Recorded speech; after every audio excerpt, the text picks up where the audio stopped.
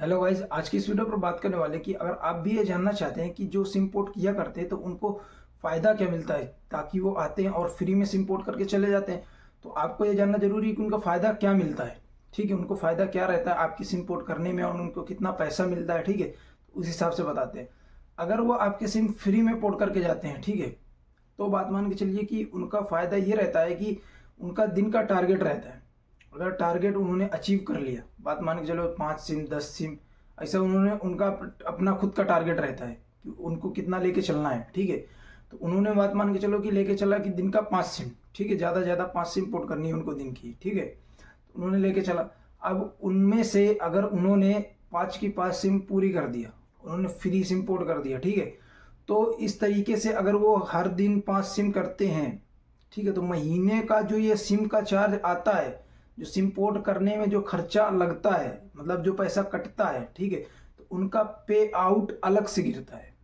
मतलब कि उनकी जो सैलरी है, जो उसमें नौकरी कर रहे हैं, तो उनकी जो सैलरी आती है तो वो अलग होती है।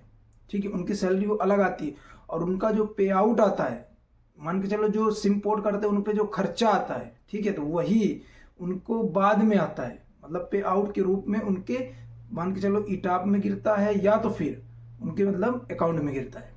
दोनों में से एक में गिर सकता है। ज़्यादातर ईटाप नंबर पे गिरता है, मतलब कि जो उनका काम करने वाला एप्लीकेशन होता है उस पर ज़्यादातर पैसा आता है, नहीं तो फिर उनके अकाउंट में आ जाता है। ठीक है, तो बात मान के चलो उनका फ़ायदा केवल यही है कि अगर वो टारगेट अचीव कर रहे हैं तो उनको फ़ायदा मिलता है, और अगर वो टारगेट अचीव नहीं कर पाते हैं, ठीक है, तो तब भी उनको मिलता है। लेकिन बात मान के चलो अगर वो टारगेट अचीव नहीं कर पाते तो उनको मतलब बहुत कम मिलता है। ठीक है, यानी नुकसान हो सकता है उनको। तो कुछ इस प्रकार से उनका काम चलता है। और आप मतलब जो कहते हैं ना कि पैसे लेके जाते ज़्यादा, ठीक है, तो वो ज़्यादा लेते नहीं है। मान के चलो अगर आपसे 20-30 रुपए ले लिए तो दे दिया करो।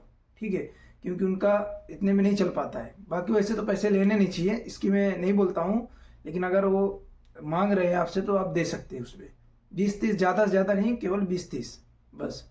ठीक है, तो दोस्तों मिलते हैं हम आपको अपनी अगली वीडियो पर।